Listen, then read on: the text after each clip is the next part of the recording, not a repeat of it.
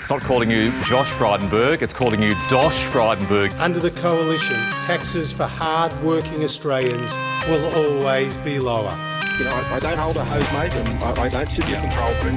They're answers that only can come from Victoria, I'm afraid, because that's not my job. But I ain't spending any time, though, because in the meantime, every 3 months, a person was torn to pieces by a crocodile in North Queensland. Well, g'day listeners, and welcome once again to the Two Jacks. It's episode 136, recorded on the 28th of November. And joining me, as per usual, is Hong Kong Jack. G'day, mate. Devastating news in Hong Kong. Tell me what you know. The latest death toll that I've seen is 94, with still a lot of people missing. Hell of a lot of people missing. I suspect that figure is going to climb, and it's a long way to go in working out exactly what happened. People are kind of rushing to conclusions about that, but there will be a thorough investigation. The authorities, the police, etc., here are very good at doing all this kind of stuff. I've had lots of texts and calls and stuff from friends and family in Oz saying, you know, are you okay? Or, you know, is the place shrouded in smoke? Well, I live on Hong Kong Island, and this is in the what we call the new territory. So it's beyond the Kowloon Hills, on the other side of the Kowloon Hills. So Kowloon actually means is Kowloon in Cantonese, which means 9 dragons, and the 9 hills are called the 9 dragons. It's the other side of those. I suppose it's about depending on the traffic, about a 40 to 55 minute drive, and about an hour on the train. So it's a long way away from here. A long way from you. Yep. I read that it's... the history of this particular development is that it used to be a bit of a shanty town, and there was a fire that went through it back in the 50s, and then the Brits decided to build a series of apartment blocks essentially for working Hongkonese, and those people have stayed. So you've got many people who are now retired living there, it's elderly and retired. It's public housing in the sense that it was built for the public housing development body, and for a long time people have been able to buy those properties, and some of them have. Yes, so there will be some a lot of elderly people out there. You know, it's they're 30 floors high. You know, they're not very big apartments.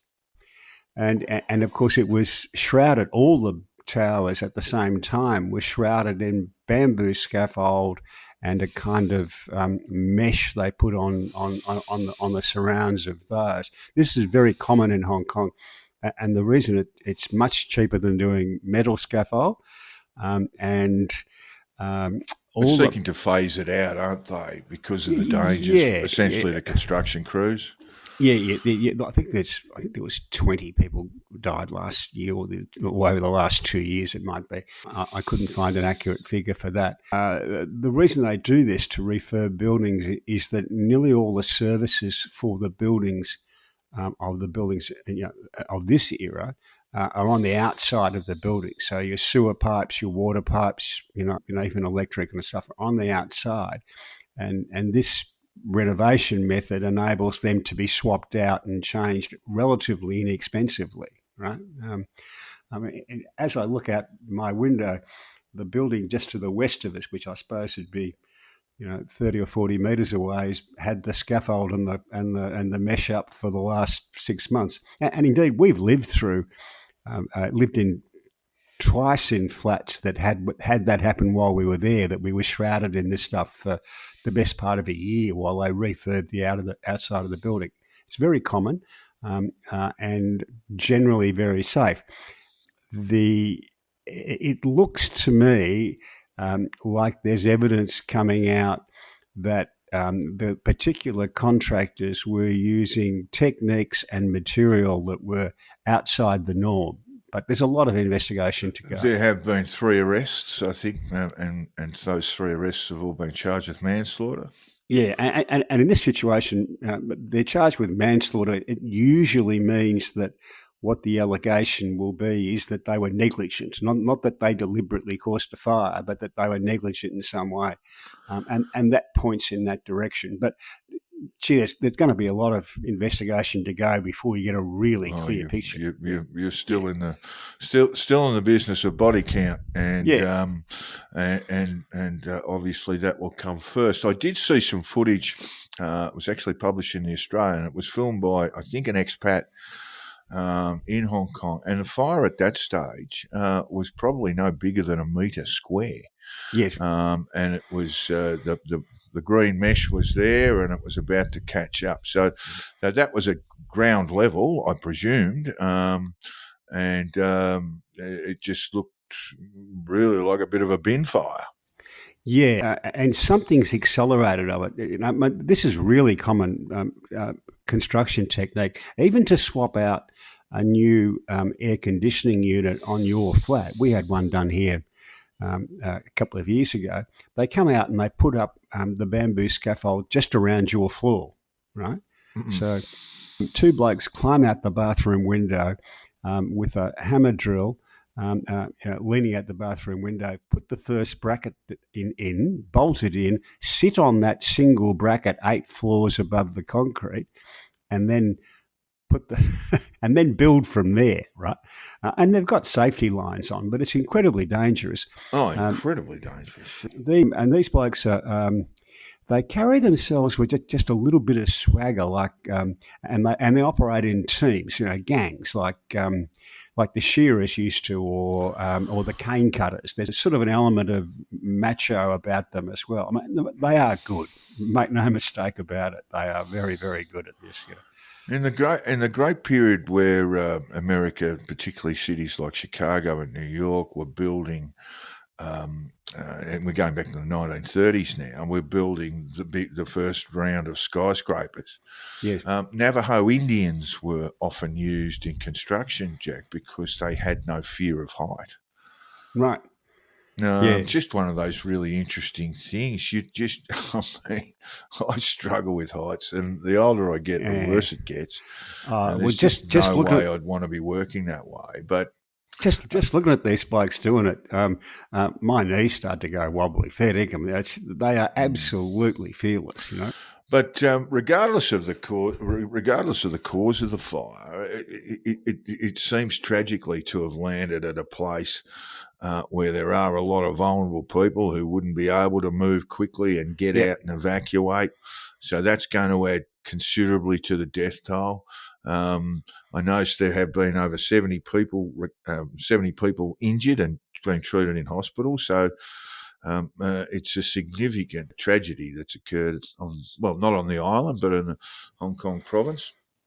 Yeah, and not every flat's caught fire. There are people that I'm told there are people that they haven't got to yet, but they're talking to them that they're still alive, and they found one person alive in the stairwell. So it's a complicated situation, but it's a catastrophe. There's no doubt about it at all. Very sad business. And look. We extend all our sympathies to all of those people faced with that dreadful fire. I mean, it is the nature of Hong Kong, isn't it? That's how you live. You live in the sky, essentially, and there's no other way around it. I mean, Hong Kong has more skyscrapers than any city in the world, even though it's only 7 million people. I think I forget exactly how they define skyscraper, but I think Hong Kong has 980 or something, and New York has the next most, and they're about 500. I think the old way was 10 floors or more than, but it might be a little bit different now. Yeah. So just an awful situation, and we'll keep our listeners updated next week, just to see what has occurred there when it is a bit clearer. Meanwhile, a couple of people have swum around Hong Kong's biggest island, Lantau. Yeah, I saw that. Lantau's the airport now is on the northern side of Lantau. Essentially two English Channel crossings, or So swim to Normandy and back. And back, 20 hours surviving on bananas and jelly beans and things like that. They have the cages up for them. They tend to have the. What would the water quality be like around there, Jack? Well, that was the point I was going to make. Lantau's kind of at the mouth of the river, so it gets, particularly the northern side, gets a lot of water that's come down from the Greater Bay Area in China, and you'd want a good shower after swimming around Lantau. Have a good shower. Don't swallow the water. Don't drink it. So well done to them, but we will keep our listeners updated on the fires. Terrible tragedy as it is. Meanwhile, Jack, in Victoria, Jess Wilson, I think we can say predictably, has had a bit of a boost in the polls. Yep. Just elected last week. I did write about where the Liberals might see some a few little rays of sunshine, and that I thought would be one, because there was essentially a Victorians, Melburnians, sort of crying out for a bit of leadership, for just a sense that there's a workable alternative to the Labor government. Yes, they've fallen out of love with Jacinta Ardern and the Labor government, well and truly. It's just a question of whether they're going to have enough faith to embrace an alternative. Yeah. And look, it's a good early start. It needs to be sustained, but it is just thank God we now have an option. Yeah, that's what I thought, and we will watch to see. Yes. Just to see how effective she might be, and how much confidence we might have in her to run a government. Because this, look, all partisan politics aside, the Victorian government, as governments do, they get to the end of their use-by dates, and I would argue pretty strongly, and I don't think I'd be on my own, that Labor has reached that point in Victoria. Well, it's certainly losable for Labor, isn't it? They still. I mean, the Libs need 17 seats, so it's a manful task. It's a big task. Yeah, but it is losable. Labor can lose this. I caught a clip of the new Liberal leader in Parliament, and I've got to say, she came across pretty well. The best I've seen from a Victorian Liberal for quite some time. Well, that wouldn't be hard. No, it's not. That's a low bar. Yeah, that's a low bar, but she was pretty impressive, I've got to say. And Labor's going to have to find something, I think, to win this now. Yeah, that's right. Election due there in November of next year. So this time next year. Will be on for young and old throughout next year. And there'll be pressure that comes on, that will come on her. And it's just how well she handles that. And I guess how well her party behind her handles that, because that, I think, is the grave fear from Victorian voters, that this other mob are just not fit for purpose.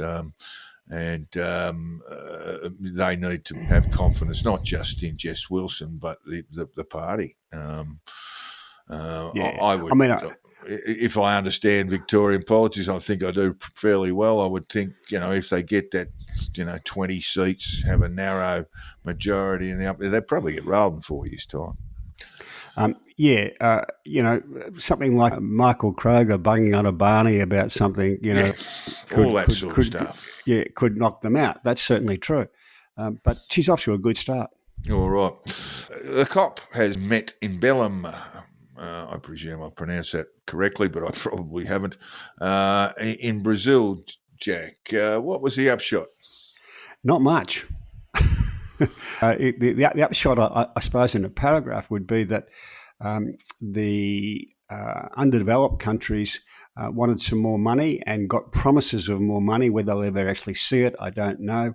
And they also wanted, a timetable for banning of fossil fuels and all that sort of stuff, and that didn't happen, and probably will never happen. So not much. It's a lot of money to spend. I think, what was the budget for the one down in Adelaide going to be? $1 billion or something? Yeah, look, we did talk about this, and we were both pretty staggered at the cost of it.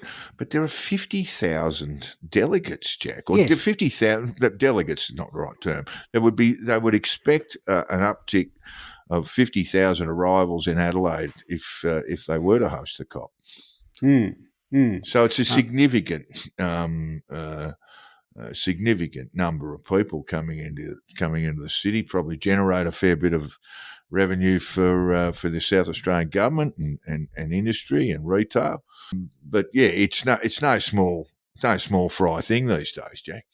Yeah, they don't spend that much on the gather round down there, do they? You know, No, well, that's what they should do. Have a gather round COP, Jack. Yeah. Take them up to the Barossa and have a game at Norwood. Yeah. I've just got to say, Australia lost out on hosting that COP to Turkey, I think, didn't they? And I think that's a lucky win for Australia. I think Chris Bowen still gets to feel very important as the president of COP, and we don't spend $1 billion. That's a win. Yeah, look, I think South Australia always could do a little bit of a boost in spending, and the people who will come are going to be spending a fair bit of dough. So it might have been a good thing for Adelaide. But meanwhile, I think we can get 50,000 people there for less than $1 billion. Look, it doesn't take long to get to $1 billion these days. It really doesn't. But look, speaking of not quite $1 billion, about a tenth of that, the Bureau of Meteorology website, a much maligned new website, I've just finished writing about this. A much maligned launch in late October, right in the middle of storm season. There were storms in southeast Queensland. There were dust storms at Swan Hill, heat waves elsewhere, and they decided that was a good time to release this website that very quickly users were very disappointed with. There are often teething problems when you do have a new website like this. I mean, when are they not? Pretty much. I mean, there are 8 billion hits on the BOM website last year. It's one of the most used government agency sites. I use the app all the time, which hasn't changed. In fact, it confused the hell out of me for a long time because I'd go to the website, but they'd taken the new one down and put the old one back up for a long time, and then they've just relaunched it recently. But the app seems to be working without change pretty well. But we were initially told, Jack, that this was going to cost $4 million, this upgrade. But that is only what they sort of clunkily referred to as the interface. The interface is now called functionality in website design terms. And that's cost not $4 million, that's cost an additional $92 million. And I'd be absolutely certain that if private industry did the same thing with the same data, pulling the same data and running it through all their modelling, would cost probably around about a fifth of that, about $20 million. Well, it's more complicated than that. As to the popularity of the website, Tanya Plibersek had this to say: an unpopular website that doesn't tell people the weather, well, that's not really delivering, is it? That's pretty damning when a government minister says that about you. They have hung them out to dry, haven't they? Well, in a sense, it's not accountable because the new chief executive has only just started. So what Plibersek and Murray Watt, who's the current Minister for Environment, have been sort of spraying is the BOM under a different leadership. Under different management. Yeah. The thing about, you say it would be cheaper if private enterprise did it. Well, of course, private enterprise did do it. This was done as a consultancy through one of the through Accenture, I think. Yeah, Accenture is the consultant. And this is kind of a hint of a problem within the public service around Australia, the various public services around Australia, is that they've come to rely really heavily on outside consultants to do Absolutely. things that they And used we to can do take themselves. it back about 30 years, 25 to 30 years with this, where it was decided that government didn't need IT workers. And they were pretty much all let go, not at a particular point in time, but over a period of years. And that left, basically department heads and senior bureaucrats, they haven't got a clue how websites work. They really don't know how database management works, and they don't know how functionality works. And so when we talk about how these things can be so expensive with a consultant, obviously the consultant is charging at cost plus around 40%. If they're not, they're stupid. Then you've got cost centres within the department. They'll have a scoping committee. So that becomes a cost centre in itself, and all the people who attend that will be sort of platoon size of bureaucrats. That will become a cost centre in itself.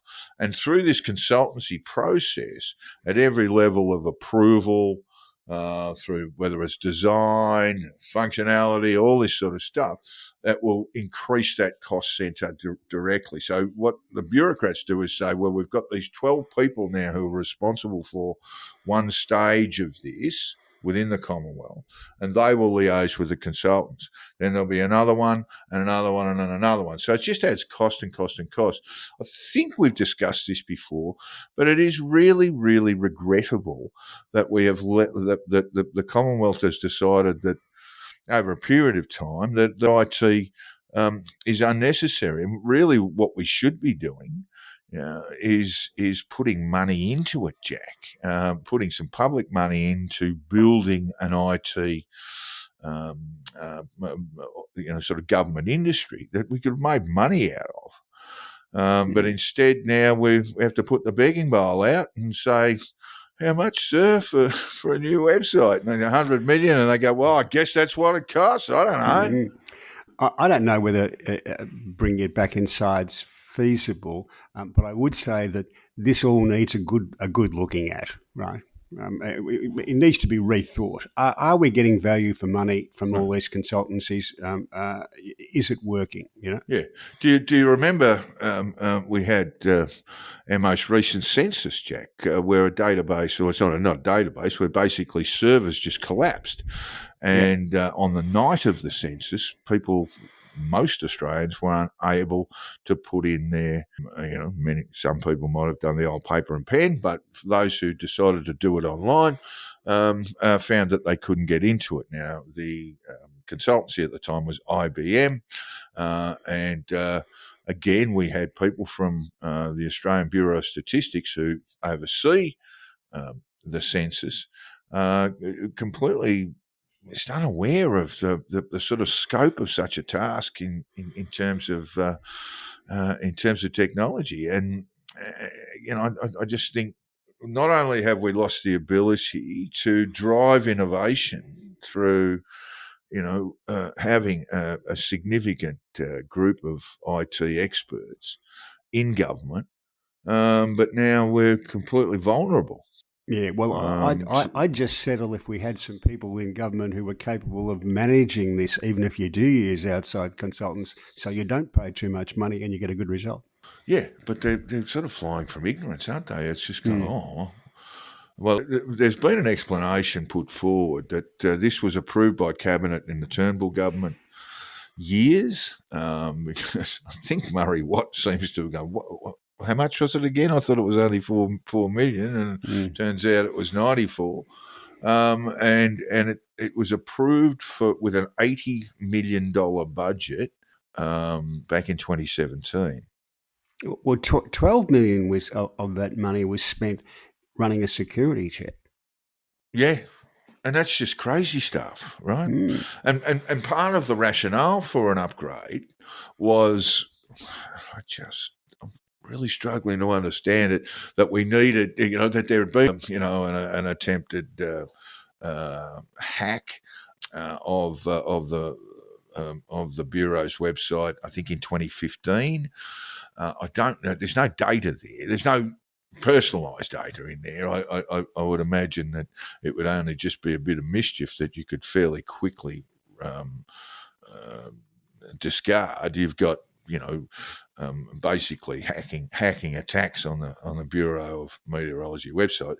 Again, to adjust the security there, it's not a $94 million task. It's not a $12 million task. It's a couple of million at most. In fact, I can't even think how you get to $1 million.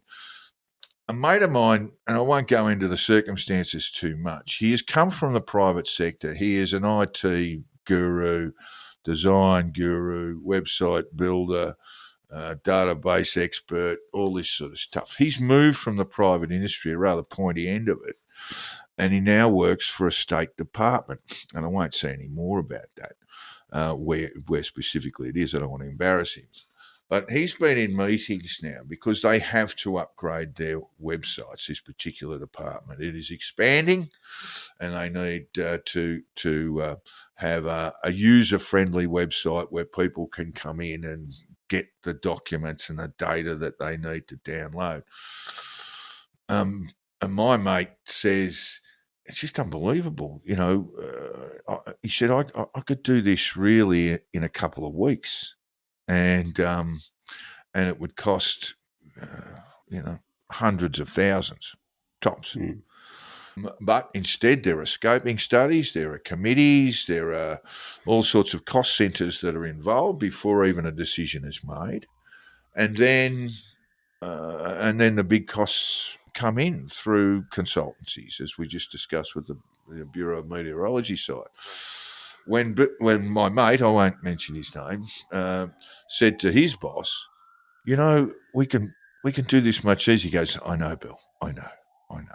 And that's what it is, I mean, it's like, why spend $500,000 when you could throw $30 million at it? And honestly, I do think this is one of the grave mistakes. It sort of sits the governments have made over the journey, federal governments have made over the journey.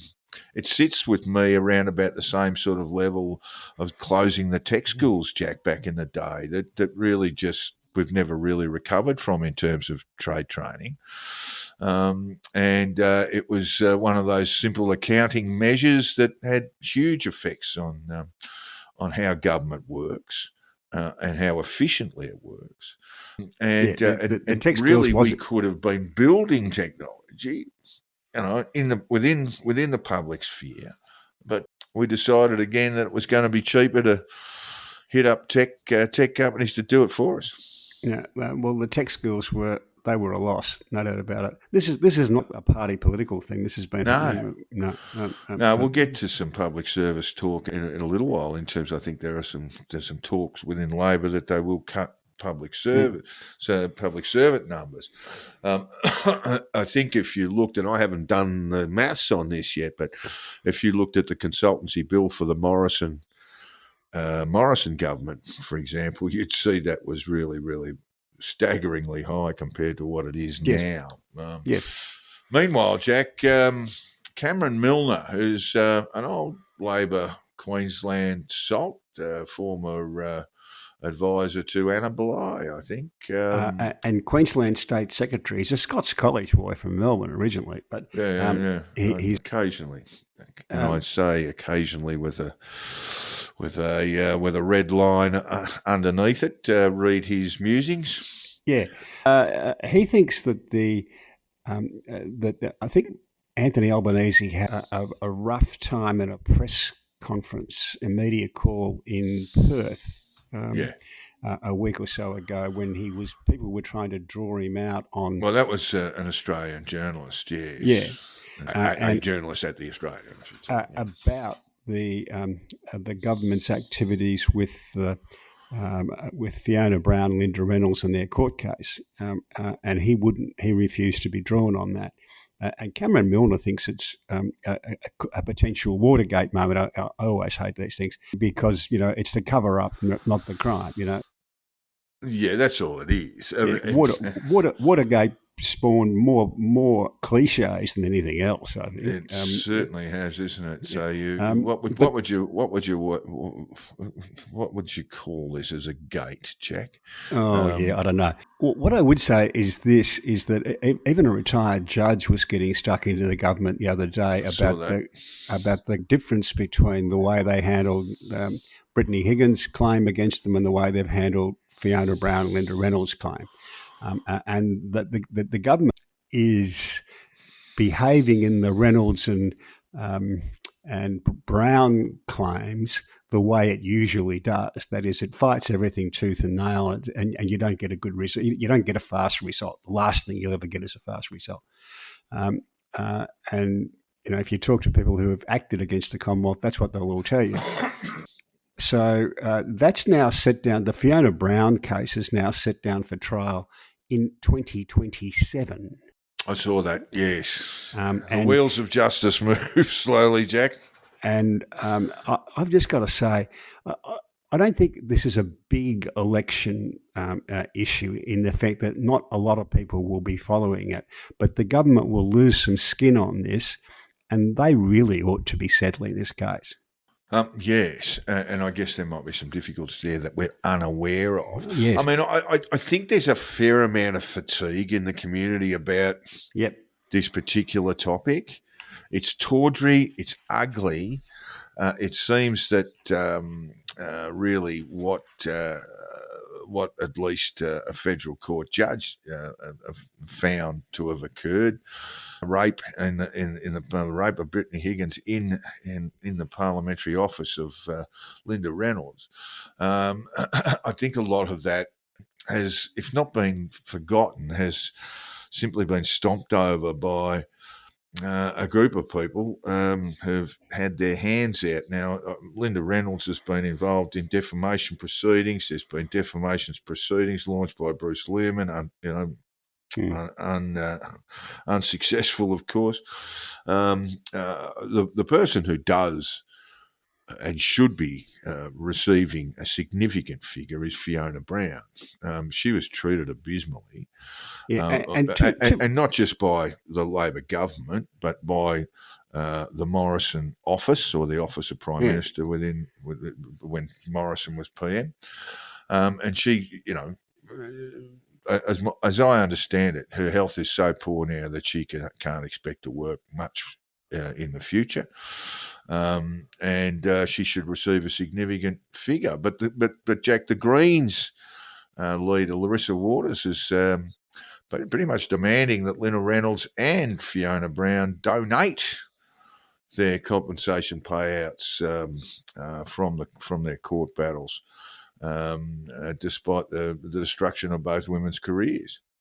I suspect, as I say, Fiona Brown has got far more skin in the game than perhaps Reynolds has. But, so I don't know that Fiona Brown should be any expectation on her to make any sort of donation to anybody. Two federal court judges, a federal court judge found that, in his view, Bruce Lehrman committed the rape, right? And we'll never get to a criminal standard, will we? Because that's all done. That's all done, right? Because the criminal trial was a mess, and mistried, and mistried, right? And it was determined. That was another bit of a mess. It was determined by the prosecutor that it would place too much burden on Brittany Higgins if there was a retrial. Yes, but since then, two federal court judges have found that there was no cover-up. That Fiona Brown, in particular, and Linda Reynolds did not engage in a cover-up and behaved. And Fiona Brown behaved in an exemplary fashion. Yes, absolutely, yeah. Did exactly what we would expect a person in a position of authority and to against do. against some political pressure coming from the Prime Minister's office, from the then Prime Minister's office, which was Scott Morrison's time. And there may be something that we don't know, Jack. But from my perspective, this is something the government ought to sit down and say, we need this to end. We need Fiona How many Brown zeros you want on this check? We need Fiona Brown. We can argue with Linda Reynolds if we like, but we probably should settle with her as well. But we definitely need to settle this with Fiona Brown, and as quickly as possible. Yeah. And perhaps with the speed in which Brittany Higgins was compensated. Although that's come and gone. Now, I won't get you started. That opportunity's gone, but yes. No, that has gone, but it does make sense to... I don't know that it's a Watergate moment. I don't know that there's... No. I think that's a piece of stunning hyperbole that has made a nice little headline, but... If governments want to do the right thing by Linda Brown, and also do the right thing politically, a settlement is absolutely due. Meanwhile, Jack, we're talking about the public service in regard to the Bureau of Meteorology website. The government is looking to take a bit of an axe to the public service. I mean, one thing we haven't discussed, and we perhaps should just very briefly, is that there are some rather alarming figures on inflation in Australia. We're up in that 3-point band that the Reserve Bank doesn't like. So that means interest rates will remain where they are for the foreseeable. And the major areas of spending, there's been a spike in consumer spending, but the major areas of spending at the moment are coming from government. So there is, federal government in particular, so there is a bit of an issue. Since Labor was elected, the number of public servants has grown by 38,200, reaching 193,500 in late 2024. No OECD nation would even come close to this increase. Again, so even with my maths, that's about an increase of about a quarter. It is, but again... There have been a couple of things changed. We talked about the consultancies, that it is one of the coalition in government's approach to things is to have a lighter public service and more consultancy. So in the end, you're probably paying more for consultancies.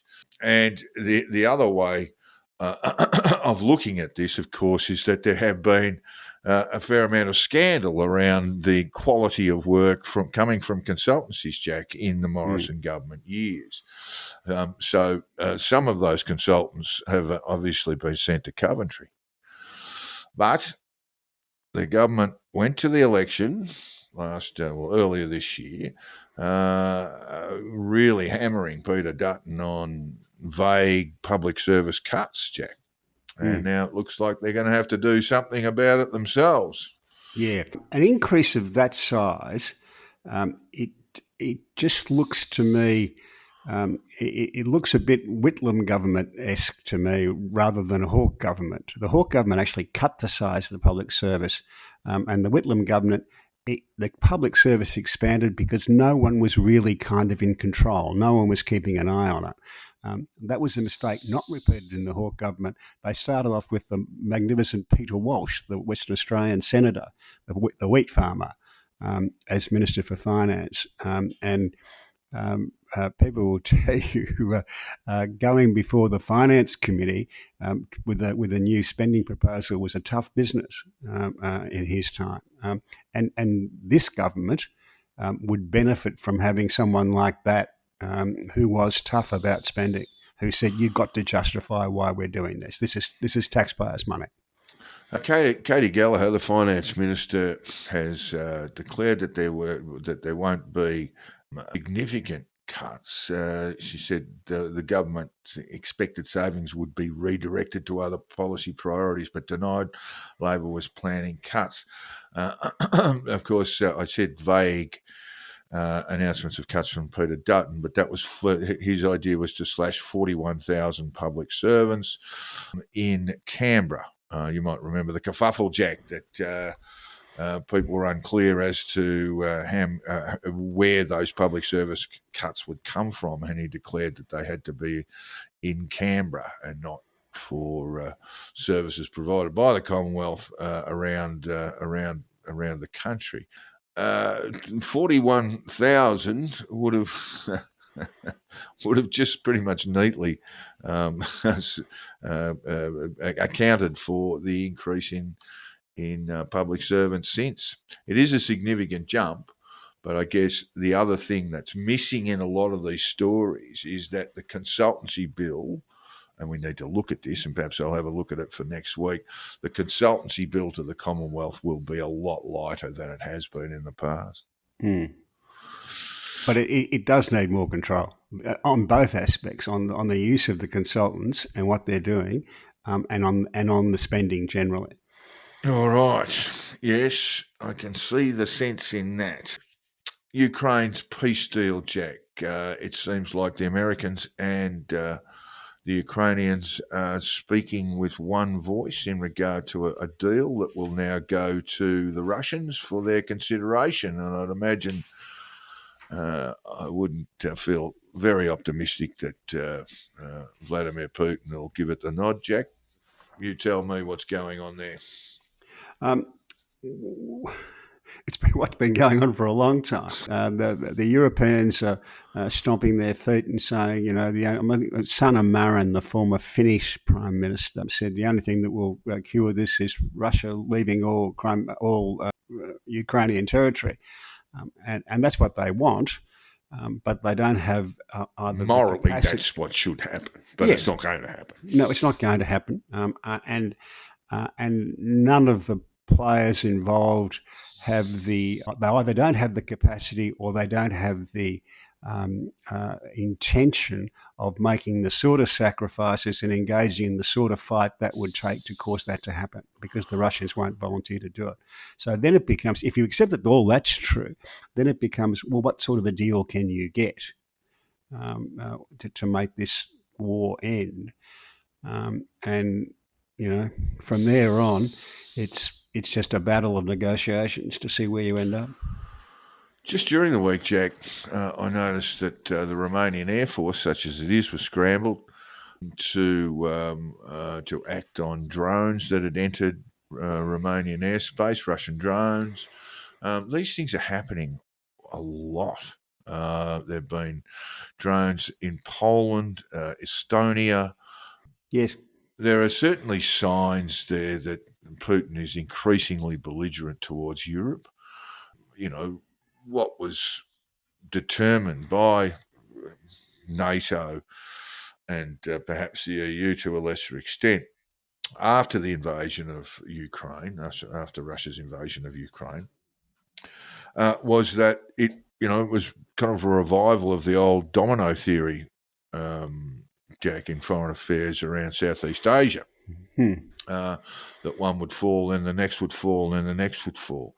There's certainly, there's enough information there to suggest that Russia, at least its ambitions, are not just in Ukraine. That they would exist around the Baltic states, Moldova, and perhaps even Eastern European countries like Romania. They'd want to leave Poland alone, or they'd get a serious ass kicking there.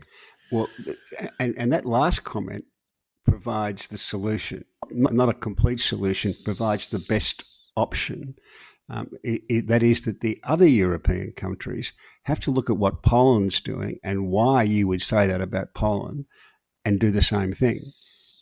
The way to fix this is for Russia to perceive Europe as a threat.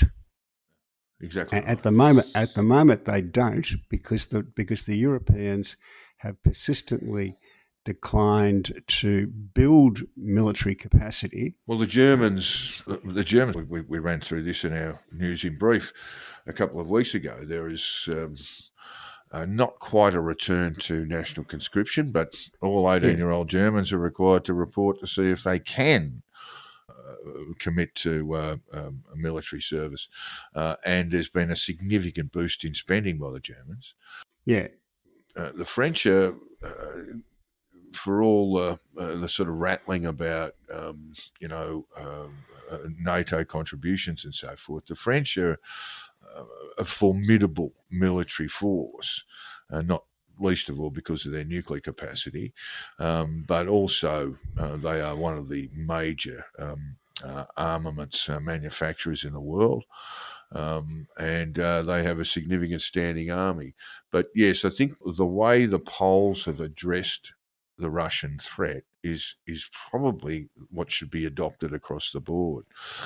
It's very difficult too, and we've got to actually add this in, that there are, and it's, it becomes clear from time to time, there are politicians in Europe, particularly in Eastern Europe, who are on the payroll of the Russians.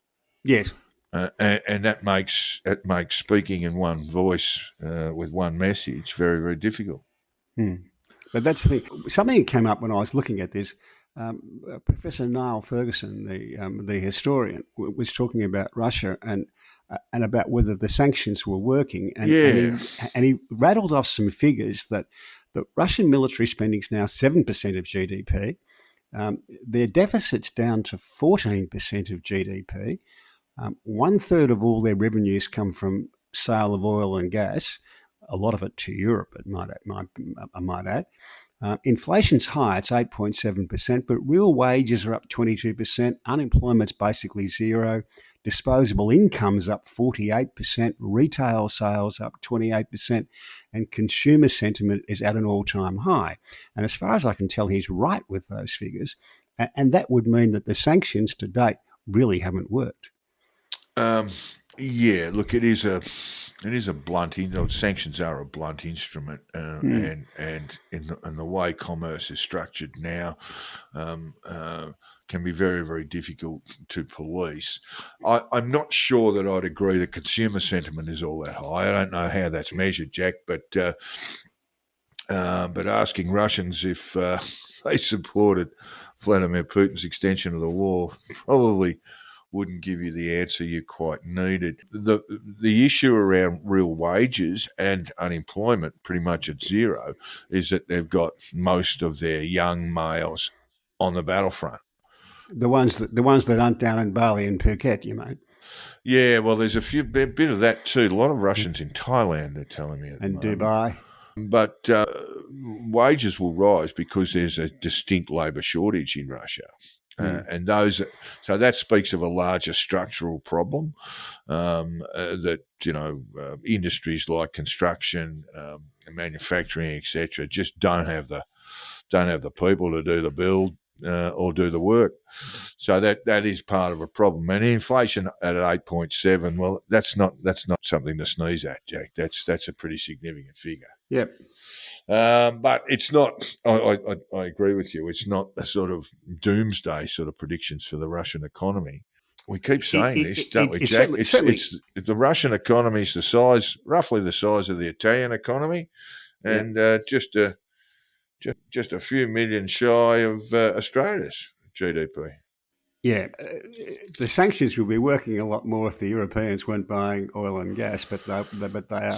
Yeah, I looked at that. The oil sales are virtually non-existent now. Gas continues to be pumped into, including a number of the Western European countries, including Germany. But I guess you would say the back on it is broken. But it continues to throw a lot of money in to the Russian economy. But oil sales are virtually negligible now throughout Europe from Russia, but the gas remains quite high. All right. So we'll continue on with that. I was quite taken by what J.D. Vance said about the Ukraine-Russian peace plan. His objectives are that it should stop the killing while preserving Ukrainian sovereignty, be acceptable to both Russia and Ukraine, that's going to be hard, maximise the chances the war doesn't restart. Well, these are lovely little ideas, Jack. Stop the war and let's not have any more wars. But there is no will on the part of the Russians to accede to a peace plan. Yeah, I read that the J.D. Vance comment and thought he's channeling Noam Chomsky. Well, what we need, war is bad, so let's stop the war. Yeah. I mean, it was all a bit much, wasn't it? Thomas Friedman suggests that it could end up in a dirty deal, and I think that's the real fear, isn't it? That the Americans, but once the Americans got this peace process in place, with the Ukrainians agreeing on terms, I think there's less scope for a dirty deal, shall we say, Jack? Yes. But it's still a possibility because It is. The orange one in DC. Well, he's ended a lot of wars, as you know, and this would be one he'd like to crow about. What do you make of Marco Rubio's work so far, Jack, as Secretary of State, and in regard to Ukraine in particular? I don't think he's doing too bad. I mean, I've been, I guess, slightly surprised at how well he's gone as Secretary of State. Really, he seems to be diligent and. Is he a sniff of a chance for a presidential campaign in 2020? I would say absolutely he is. Yes, yeah. At the moment, if you were framing a betting market, it'd be he and Vance and nobody else. Yeah, Vance would be the favourite, and you put Rubio probably in the second line of betting. Santa Martin, far more attractive person than Rubio, JD Vance, pretty much name anyone you like.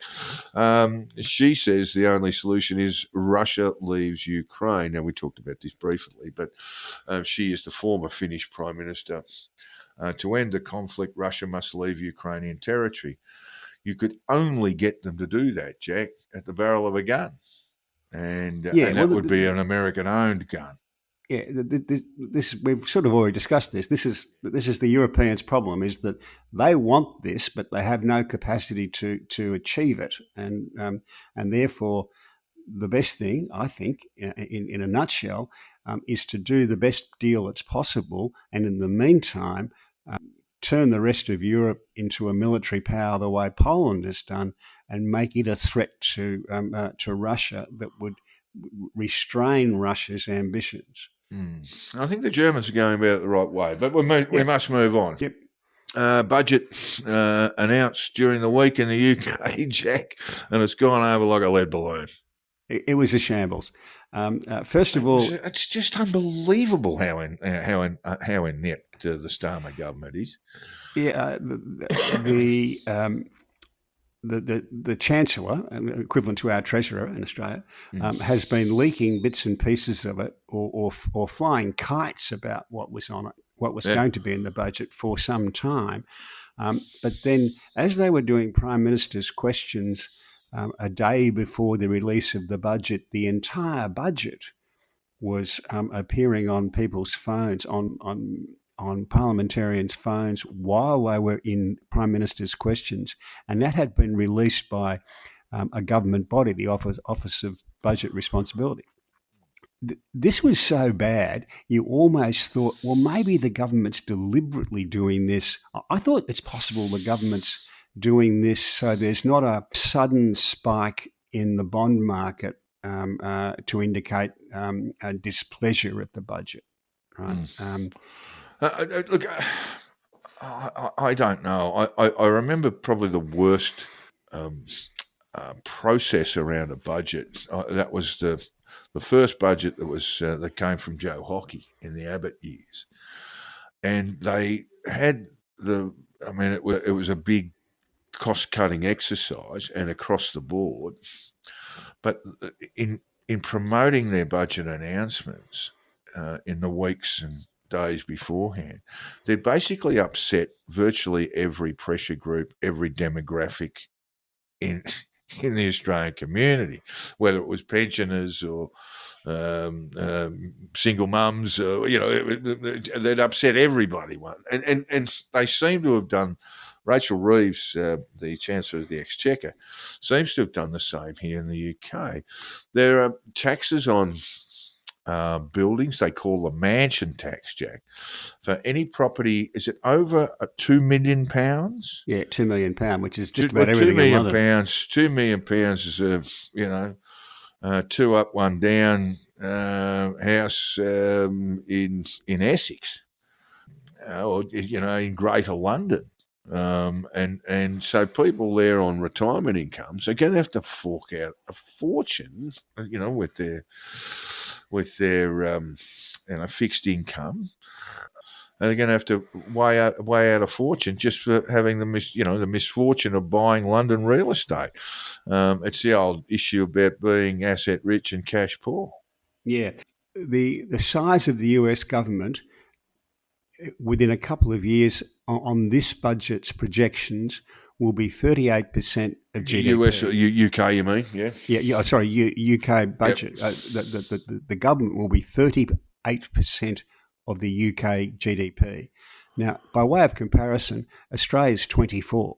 So they're going to have 14% higher size of government. And really, this has come about because they've baked in the excess spending that happened during COVID, and they are.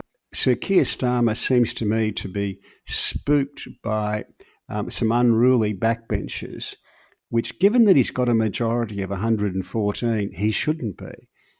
He's got plenty of clear air. A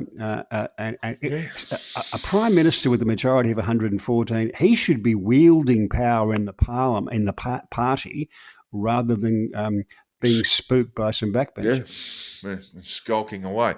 Part of the problem, Jack, too, is in having a chat to a mate of mine who lives in London, pays taxes in the UK and the US for that matter, but he says it's becoming more and more difficult to bear.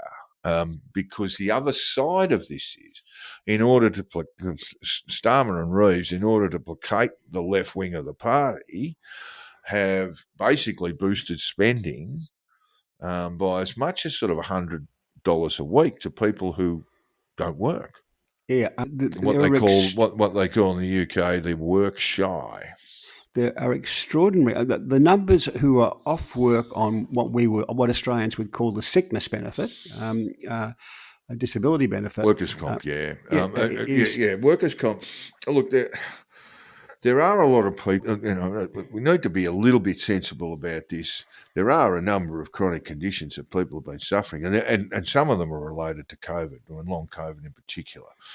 But again, this was a gripe from my mate, who's probably a small L liberal, is that there are people who simply don't want to work, who are more often than not being regarded as disabled rather than unemployed. Yes.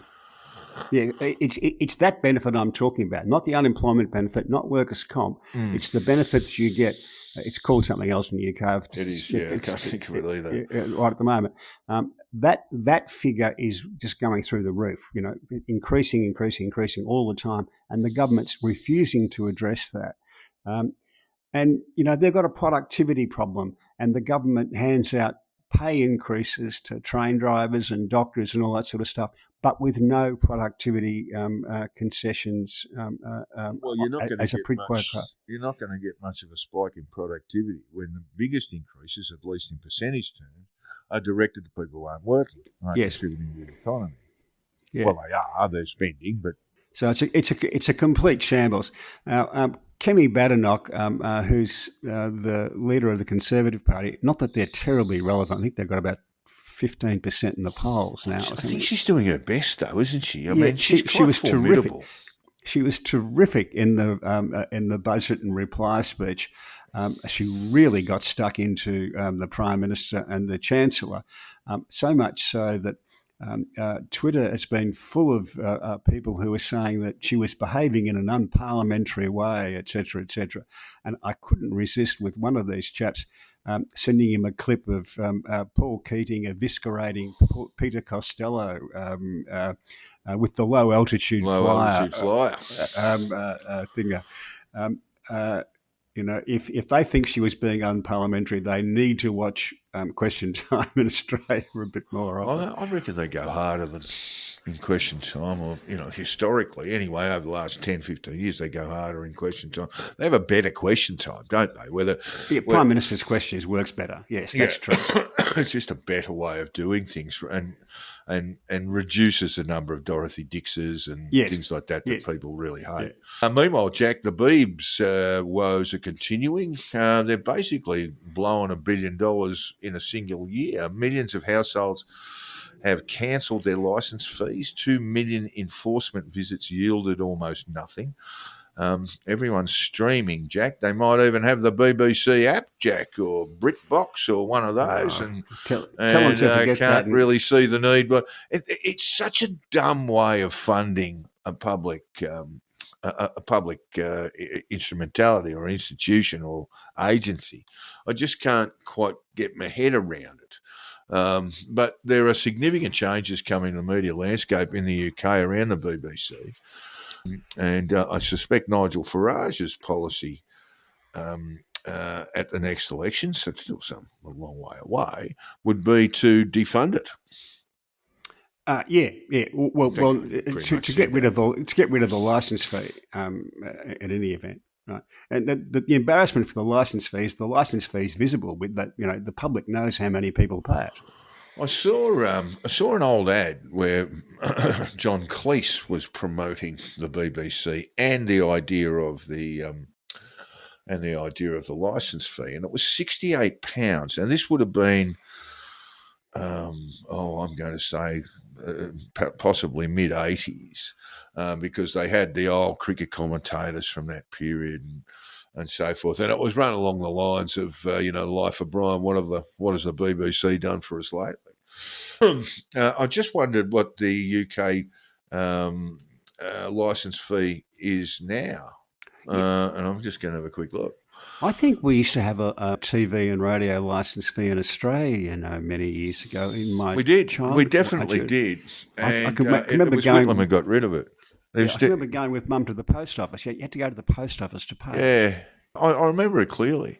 Well, here you go, Jack. Standard UK TV licence costs 175 quid, 174.50. So what's that? $350. I mean, imagine if you said to the Australian public, listen, you're going to have to sling us $350 a year so you can watch your TV. I mean, there'd be riots in the streets. You can get a black and white TV licence for £58, Jack. You just don't want to watch the snooker. It's very, very difficult to understand what's going on there. Oh, come on. We used to watch the snooker on black and white TV all the time. We used to watch Pot Black. We had to rely heavily on the commentators telling us which balls were being played. Yeah, it just seems like a really dumb way to fund an institution like the BBC.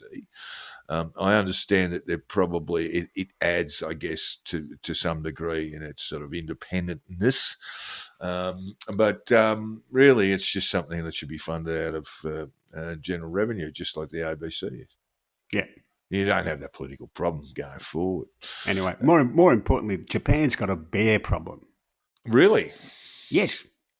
Deadly bear attacks. I thought they didn't. They don't got any big grizzlies or anything like that, do they? No, they have. Well, I think it's called the Asiatic brown bear or something. It's you much could take smaller. one of them down, wouldn't you? You could take one like those sun bears. I mean, why do you think I live? Why do you think I live on the 8th floor? They can't climb that far. So what have we got here? 6-month period, beginning in April, saw a total of 12 people killed and 196 mauled by bears. Incidents have occurred in 21 of the country's 47 prefectures and have spread from mostly rural areas to now plaguing urban centres. Get these people. Well, baseball bat would be handy. Cricket bat even better. Yeah, but of course, in a very Japanese military fashion, they deployed the military to deal with this in a couple of prefectures. But of course, they didn't allow them to carry a gun to shoot the bears, right? Just pop a mask on and go your hardest. Yeah, I think it was, give them a dodgy ramen and hope that does the trick, And, well, it sounds reminiscent, Jack, of Australia's ill-fated emu war, where we got touched up by the emus. We set out massacring them and with machine guns. In the West. I'm going to say it's about 1925.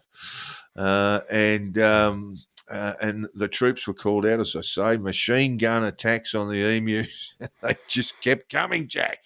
They just kept it in the air. A bruised and battered section of the Australian Army returned to Perth, and everyone just said, look, those emus, they're not causing that much trouble. We'll just let them go. Yes. But yes, that does sound odd. I thought they had cute and cuddly little bears, but obviously someone's not feeding them enough, Jack. My son, when he was at school here in Hong Kong, they used to raise money for something called the sun bears up in China. I never quite got to the bottom of what the sun bears are. Sun bears are, they'd be about a metre long. There's a handful of them in the Sydney Zoo, Taronga Zoo. Oh, okay. They don't look vicious. I mean, look, they've got claws on them. You wouldn't want to get within arm's reach of them. And bears, for all their kind of, slow movements and stuff, when roused, will go quickly. I think that the story is a grizzly can run about 4 times faster than a human, and which means that if there's 2 of you there, the only thing you have to worry about is can you outrun the other bloke? Yes. Yeah. Or in Patrick Cook's wonderful cartoons many years ago, there's a bear, this guy hanging onto a cliff with a bear eating half of him. He got through half of him, and he's just wondering to himself optimistically, he said, well, they really only eat 100 pounds a day. Yeah. So he thought he might get away with it. Anyway, cryptocurrency, Jack. What do you make of crypto? Just tell me. What do you make of crypto? I don't understand it, so I want nothing to do with it. Really, is my answer. I'm sure I've got a vague organised idea crime how it loves works. Yeah, I've got a vague idea how it works. This is a story from British Columbia, and unsurprisingly, for a story about British Columbia, it involves some persons of Chinese descent. Hongcouver, it's called here, Vancouver. Hong Kong has about 300,000 Canadian citizens here, right? Most of whom went to Canada around the time of the handover and got citizenship and came back. So they're kind of Canadian citizens in name only. But it's a big crypto area, and a family were attacked in what's called a wrench attack, where they go and physically assault you and get you to hand over your crypto, to give you your passwords, etc. Your wallet will have a distinct password attached to it. Yes, and really that is the only way. I once looked at hacking into crypto, Jack, but I'll get to that in a minute. So they're basically some very violent attacks. Yeah, people are extorted, bashed, threatened, waterboarded. Yeah, sexually. The daughter was sexually assaulted. Jesus. All that sort of stuff, and they handed over quite a bit of money. So this is a Chinese, a bit being British Columbia, a family of Chinese descent, and as were the criminals. They were tracked down, and at least 2 of them have been jailed. 7 years, I think. Okay. Yes, well, I looked at the hacking, and I certainly don't have those particular skills, so it needed to be explained to me fairly comprehensively. The rise of supercomputers, Jack, is going to one day threaten this, that if you gathered the existing supercomputers, the one that Google owns, for example, and sells, you can actually buy one of them. But if you stacked about 300 of them together and put all that computing force together, it may well be able to crack a crypto code. So that time will come, and I don't know what happens to crypto. But of course, they may have other measures determined by that stage. But the rise of supercomputers is something. It will mean that. It will mean that even the most extensive passwords can be hacked quite easily. I just think with crypto, my own views on it is if we didn't have organised crime, we wouldn't have crypto, and probably vice versa. a little bit more. Over to the States, Jack, moving down from British Columbia. We'll get to that in a minute. We'll just get on to the meeting of Zion Madami and Donald Trump, Jack, which was incredibly civil, even happy. Yeah, I particularly liked the bit where the press asked Mandami, who'd been very fond of calling Trump a fascist during the election campaign, and the question was, "Are you affirming that you think President Trump is a fascist?" And Mandami was pondering his answer slightly. He's standing and Trump's sitting in the Oval Office. Yeah, it was quite odd body language, yeah. Trump patted him on the back and said, "That's okay, you can just say it. It's easier than trying to explain it." Right.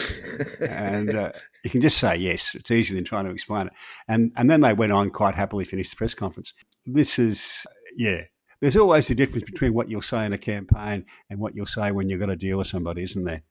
Yes, and it was a little bit more than that, because Trump was saying, I didn't realise, but we've got a lot in common. We actually have, in terms of our politics, we've got quite a lot of in common. Maybe that is the horseshoe expression of ideology rather than the linear one, Jack. But yeah, it was all. I mean, I think many Trump watchers thought that he was really going to attack the New York mayor, now sworn in, I think, and was really going to come at him hard, like he has around cities like Chicago and Portland and others. But it was. To be fair, Mandami's a good deal sharper and a good deal smarter than the mayor of Chicago, Brandon Johnson, who Trump refers to as low IQ, and I'm afraid he's on the money there. Look, there's been some other quite disturbing things too, Jack. I mean, there was talk that a group of Democrats who had actually made a statement to the US Army, to its soldiers, and saying, listen, you are not compelled to do, and this was in relation to the attacks on so-called Venezuelan drug dealers and what have you. And that led to the Arizona senator, former astronaut. Kelly? Sorry? Kelly? Is it Kelly? Kelly, yes, thank you. And with threats that he be jailed for treason, Jack. Executed, in fact. Called back to duties and then dealt with. Yes. Yeah, court-martial. Of course, this is not going to happen. But no. But it's just sort of so unnecessary. And I'm not talking about Trump. I'm talking about Hegseth, who just,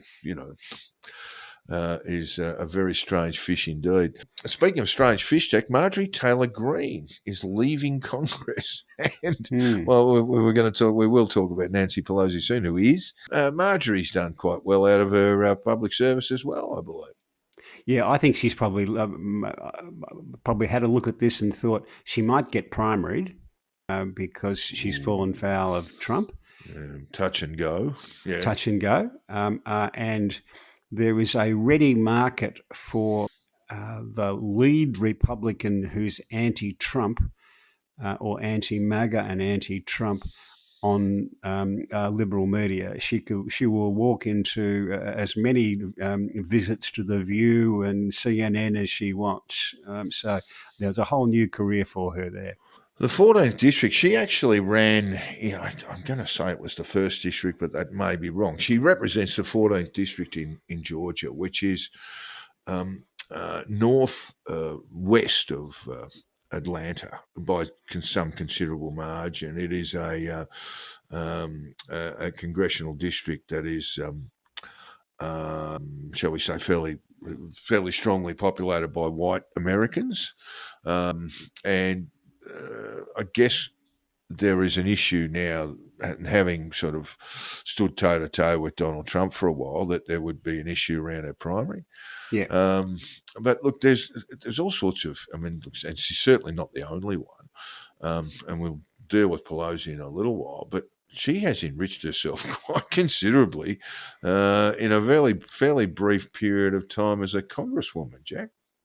Yeah. A little bit of insider trading.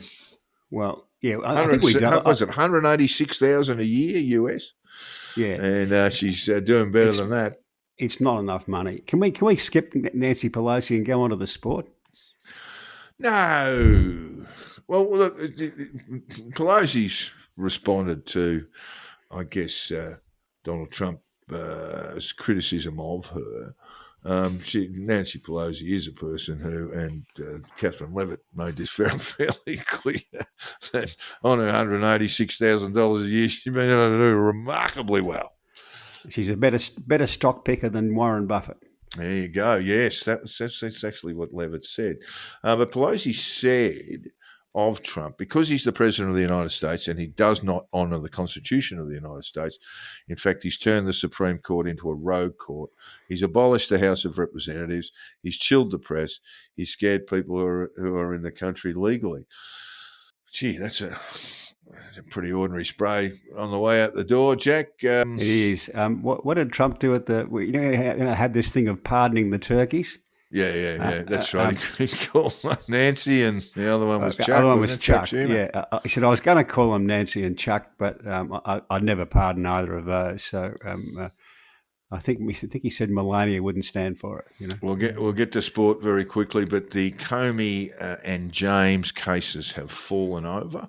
A federal judge dismissed the indictments against former FBI Director James Comey and New York Attorney General Letitia James. Jack, it was never looking all that successful from the moment DOJ prosecutors said, I'm not going anywhere near this. And they got a woman who really mainly was involved in a bit of insurance claims and things like that. Yeah. And which is why it was dismissed. It was dismissed without prejudice. It was dismissed because the prosecutor didn't have the correct standing. I think in the case of Comey, it also came down to the fact that she had withheld certain grand jury findings, Jack, that the defence was not properly informed or advised on the full extent of the grand jury's deliberations. And I think that was one of the reasons, certainly the Comey thing fell over. Yeah, but they were both dismissed without prejudice, which means the United States is free to bring those charges. They can bring them again, yeah. Yeah, although in Comey's case, at least some of the charges relate to incidents that are now timed out, that the statute of limitations applies. All right. We've just got a minute or so just to look at what's happened in Nigeria, Jack. More than 300 children and staff thought to have been kidnapped by gunmen from a Catholic school in central Nigeria. This is not the first time this happened. This is sort of Al-Qaeda-linked group who've been doing this from time to time. And there's some really alarming things going on in Nigeria, Jack, just in terms of its economy, its ability to govern itself. There are some really alarming stats coming forward now on infant mortality. It's a country in real need, resource-rich, plenty of money, got some very wealthy Nigerians in Nigeria and in the UK. And in the US? Well, of course, the leader of the Conservative opposition in the UK is Nigerian, I think Nigerian born. But it's sort of calamity is not far away in Nigeria, and she has a huge population. Very briefly, well, enough already. We shall move on to the cricket because there is much to discuss. But before we get into the review, just a little bit of a preview, Jack. Another big day of storms in southeast Queensland. You would imagine that the curator there is going to struggle preparing a wicket, and the wicket might give plenty. So with the pink ball, a couple of things that will change with the pink ball. Certainly, if it's conducive to swing, overcast during the day's play, the ball will move a lot. I think we're using the pink kookaburra, but I may be wrong. Listeners might upbraid me about that. It's not the pink Duke, which Mitchell Stark reckons you can just about get it moved sideways. And the other thing, I guess, that probably adds to the thought that, that sort of maybe works against the thought that this could be another 2-day test, is that the dusk in Brisbane will be shorter, of course, than it has been in Adelaide, and that when the ball really does move around. So one thing we do know is that the English side, we're going to play they are playing the Prime Minister's 11 in Canberra, but the blokes who didn't do all that well with the bat for England, Zach Crawley, a couple of globes, they have not changed their plans to have a bit of a dip against a pink ball in Canberra. I think there are good arguments for and against there, but one of those things is, we have our plans and we're going to stick to our plans and we're not going to change plans because it might sound like we're panicking a bit. But there was a fair bit of panic on the second day going on when Trevor's head started knocking the ball around. Well, I was talking to a couple of English friends about this, and they were all doom and gloom. And my response to that was, look, you had one bad afternoon, right? They were. But when you're only playing two afternoons, you had one bad one. But I look at England's score report card after that first test in Perth and say, well, their fast bowling in the first innings was absolutely top class. Oh, absolutely. That is, I think, the saving grace from that first test. That fit and fresh. That is a formidable attack, and certainly with the ball swinging around as it might in the Gabba, it will be very, very hard to bat against. Yeah, and their batting in the first dig wasn't too bad. No, it wasn't great. Better than Australia's. Only just. Yeah, and the worry about the bowling was that they went from bowlers bowling 150 in the first innings to bowling 140. So 140 in the second. Barely got into the 140s in the second dig. Yes, so that's a problem. And that's a bit alarming. Wood has to be managed, so he's going to bowl nothing more than 4 over spells. Yeah. He got his lines and lengths wrong. But when Travis... And they disobeyed fundamental rules of playing in Perth. That is that you don't drive on the up outside off your hands and the bat in front of your body. Yeah, and you also bowl. You don't bowl short to take advantage of the bounce. You pitch it up and let the bounce get you to have players nick off for you. They disobeyed a couple of basic rules. But even so, at lunch on the second day, it was their test to lose. They just had a really terrible afternoon. I actually thought Scott Boland really got Australia back on with those 3 quick wickets. And they were bad shots and they were driving on the rise. And then Stark chipped in with Joe Root, again driving on the rise. And all of a sudden they were 5 for not many and in a bit of trouble. So Scott Boland, who bowled poorly, and I think everyone sort of agrees with that, they reckon they picked a bad ball out of the box. I don't see anyone putting their hands up for that, but I imagine it would be an experienced bowler. Certainly shouldn't be left to the captain. Should be left to the bowler, the senior bowler to pick the ball out of the box. Maybe consult with his bowling teammates.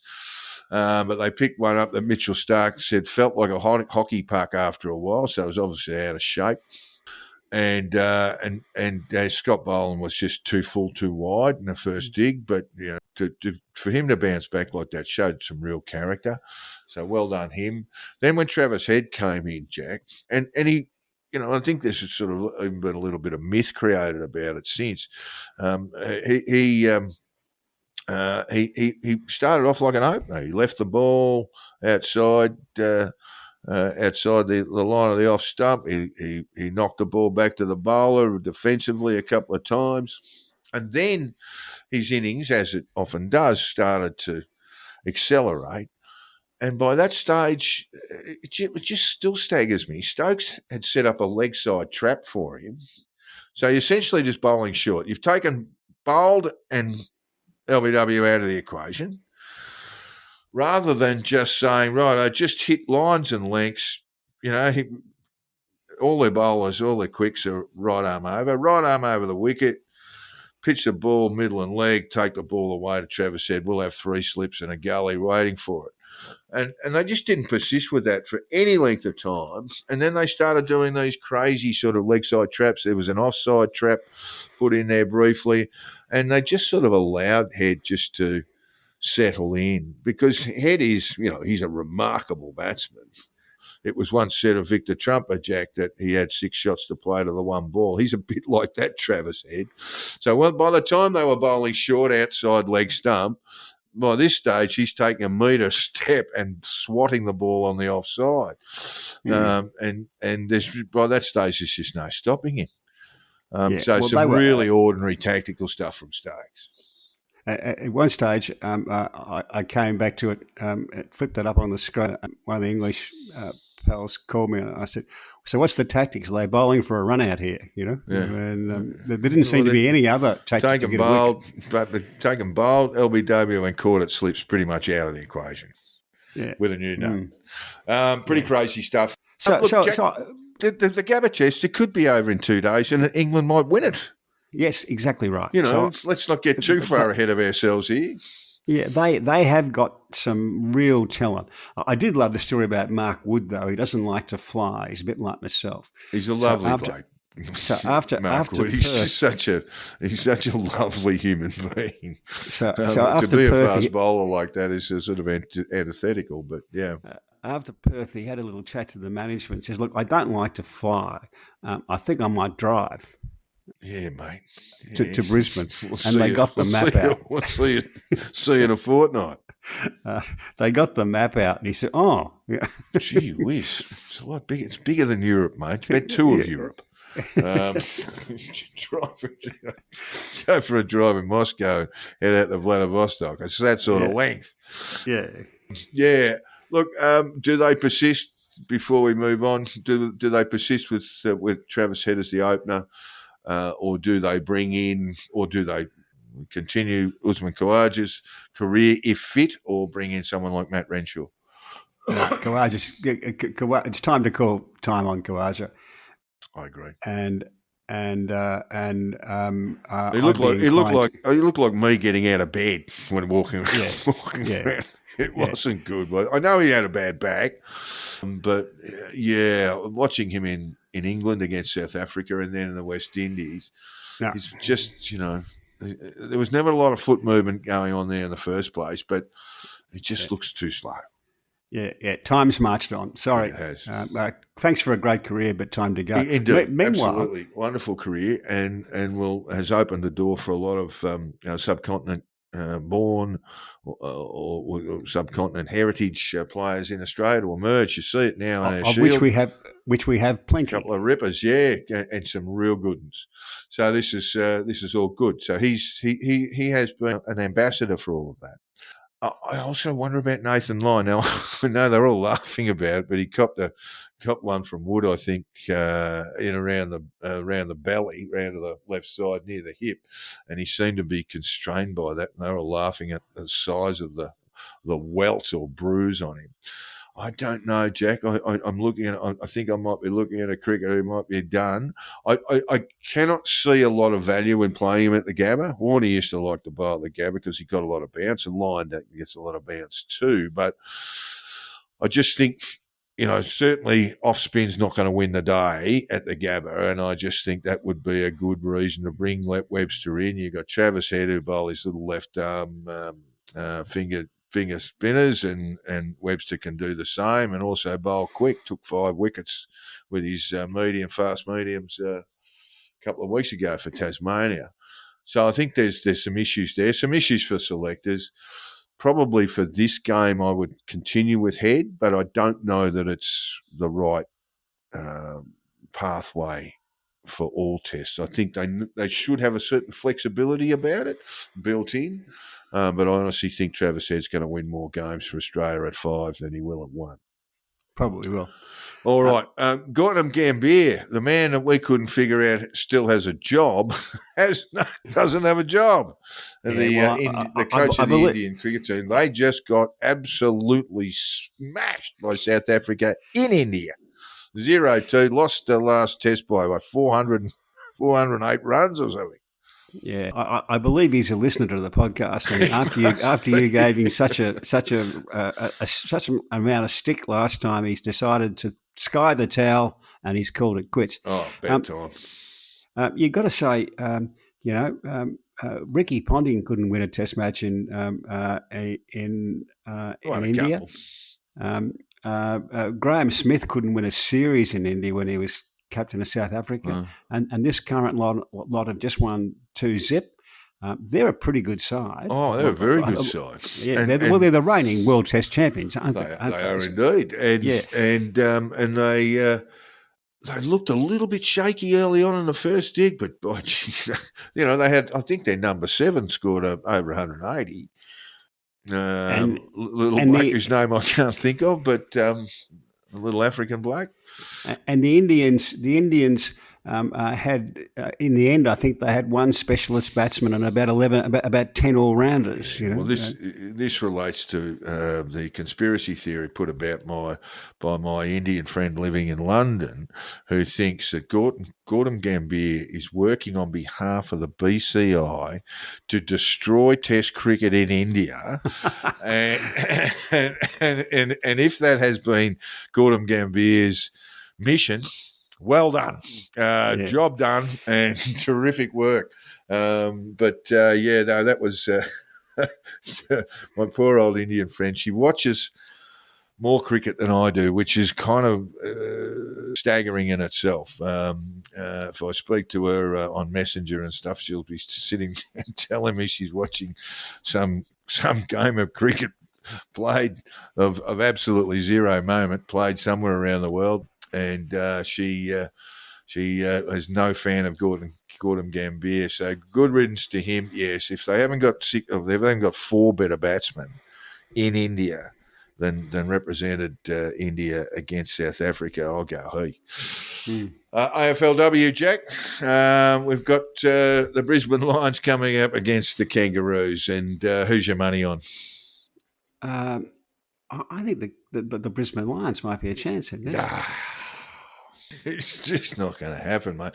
I really wanted to have a look at the betting, so because I reckon North should be about $1.04. Yeah, they looked a little bit flat and lost for quite a while in the game against Melbourne, the preliminary final against Melbourne. I've got to say.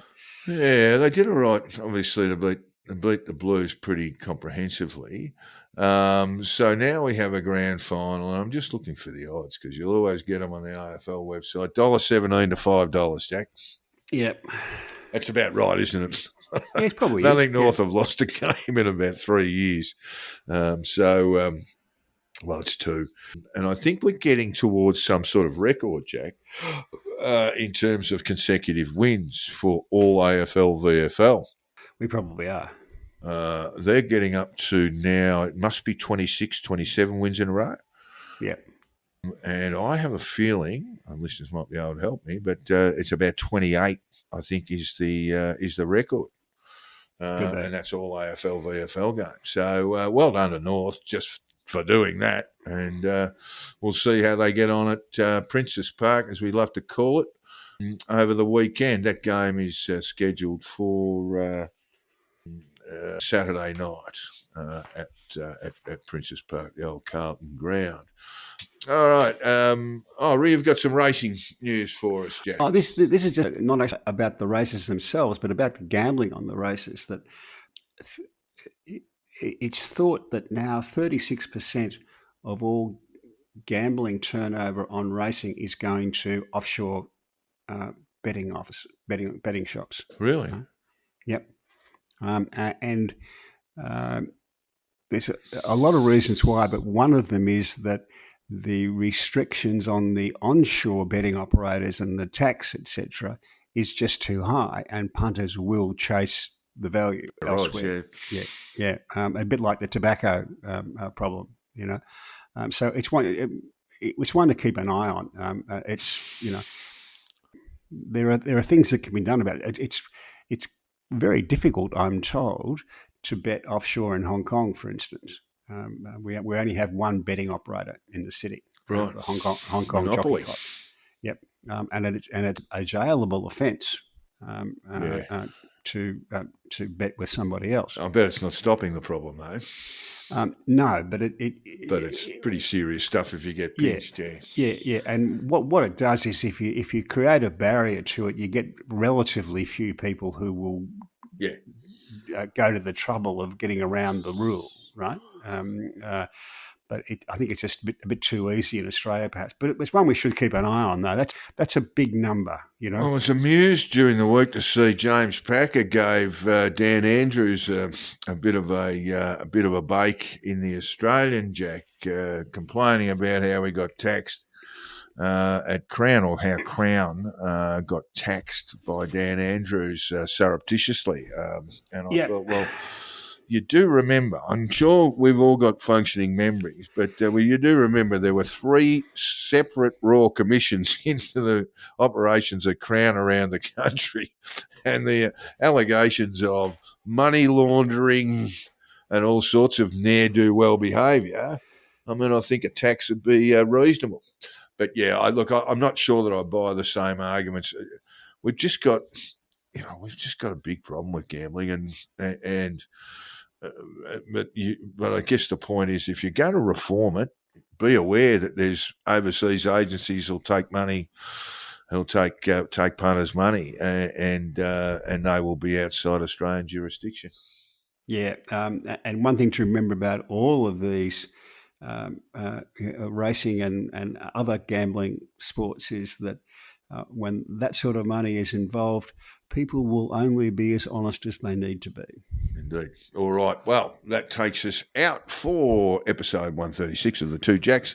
I want to thank Hong Kong Jack for joining me today and being offering pearls of wisdom throughout the show. I was a little bit restrained in my prep work, and I do have some readers' comments to raise, which we'll deal with next week. But please feel free to drop us a line. You know how to get hold of us, and we will get to your comments in due course. I want to thank our listeners again for bearing with us today. We hope you've enjoyed the program, and we will see you all next week, or you'll hear from us then. See you, guys.